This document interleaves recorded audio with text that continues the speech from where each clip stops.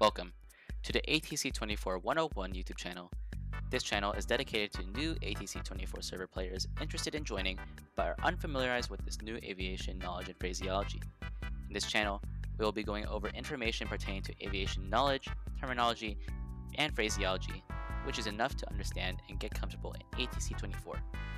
Do keep in mind that ATC24 is a simplified version of role-playing simulators such as VATSIM, as real terminology, phraseology, and rules are scaled to be more simpler to understand.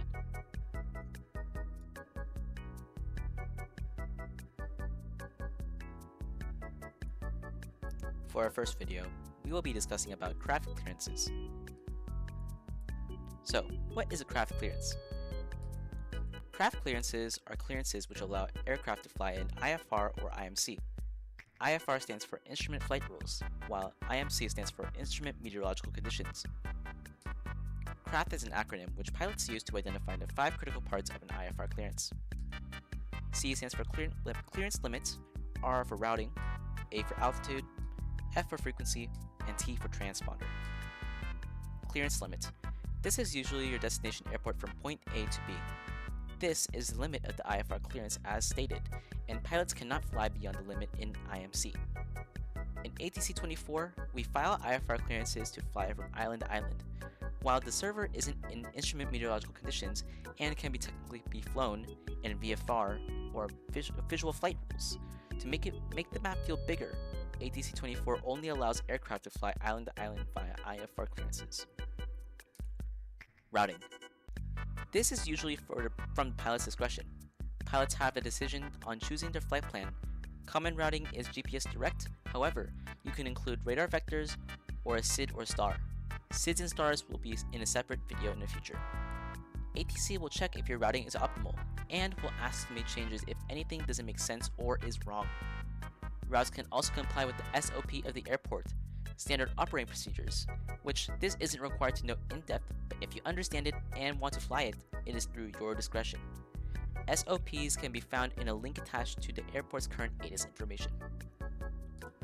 Altitudes. Altitudes in a craft clearance are typically the final cruise altitude.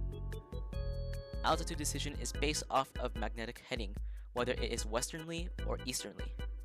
Easterly headings follow a heading of 0 to 179er and are odd thousand altitudes, such as 1000, 3000, 5000, etc. Westerly headings follow a heading of 180 to 359 and are even 1000 altitudes, such as 2000, 4000, 6000, etc. Altitudes beyond 7000 are way too high per PTFS, and I would stick to about 2000 to 6000. 1000 is pretty low in my opinion, and more so is a traffic pattern altitude for aircraft who might have gone missed or had to go around. Initial altitudes are altitudes which are given to aircraft prior to cruise, and then pilots can expect the final altitude on the varying time given. This example will be mentioned in the scenario section. SIDs also have an altitude aspect. If you have a SID in your routing, you can expect one of the two listed: climb via SID, which you would follow altitude restrictions, or climb via SID except, which would follow the SID on the SID chart but climb to the altitude assigned given. Sometimes before ATC gives your altitudes, they can also tell you actions on departure. They can tell you to fly runway heading, turn to specific headings, and if nothing is mentioned, you would fly runway heading or per the SOP of the airport. If you are given a heading to turn, you must turn at 400 feet of the airport elevation per IFR rules. Frequency. There are no in-game frequencies. However, players change frequencies via Discord voice channels on the ATC24 server.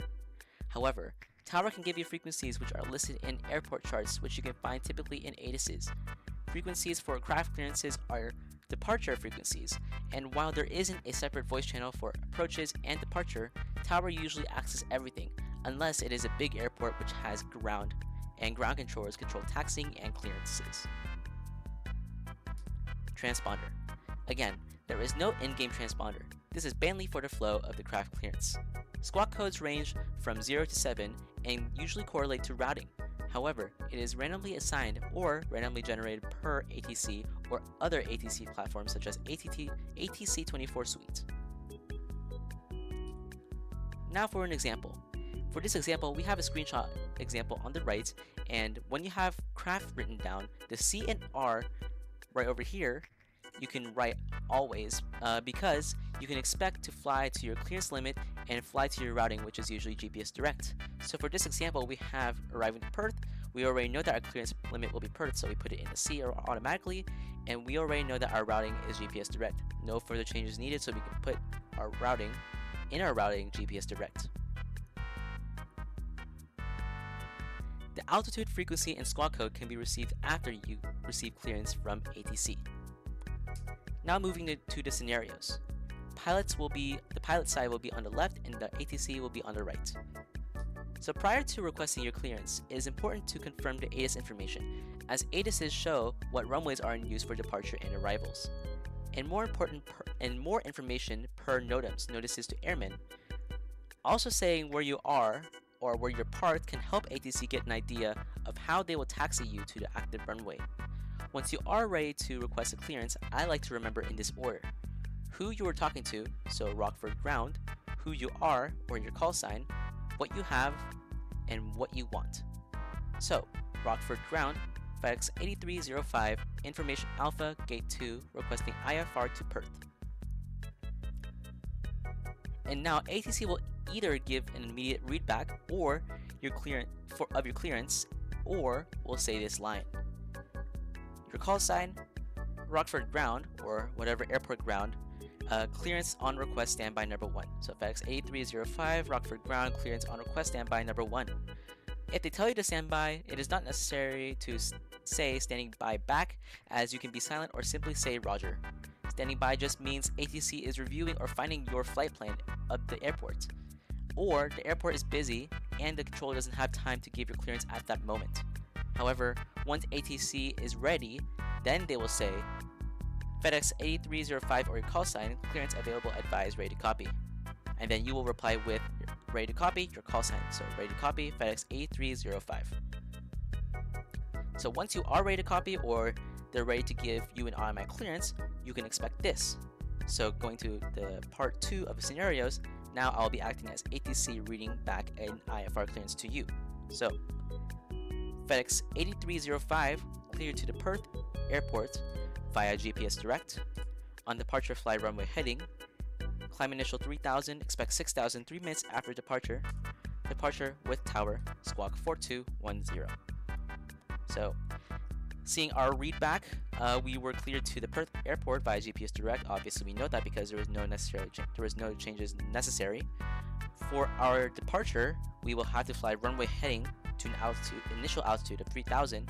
Then, after 3 minutes, we can expect our final cruise altitude of 6000. Our departure frequency will be with tower, and we will be squawking 4210, but that's just for the sake of the craft clearance. And all we have to do and read back is with a call sign first and read back the entire craft clearance in that order. So, FedEx 8305 cleared to the Perth airport via GPS direct. On departure, fly runway heading. Climb initial 3000, expect 6000 3 minutes after departure. Departure with tower, squawk 4210. And once you've said it correctly, you can hear your glorified words, your call sign, read back correct, and if you didn't mention your ATIS information, they can always ask, advise information and what the current information would be. So whether it be Alpha, Bravo, Zulu, etc. And after you get your clearance, they can either clear you to push and start, or you will request push and start, and then you can request taxi and go on from there in your role-playing experience in ATC24. I hope this video was helpful for you guys. A more simplified version of the craft clearance, and I hope you guys have a great day. Be sure to leave comments if there's any questions or other comments which refer to which go more information about the craft clearance. So any add-on information can be helpful as well, if not mentioned in this video. Again, have a great day, guys, and I hope to see you guys in the next video in the ATC24 101 YouTube channel.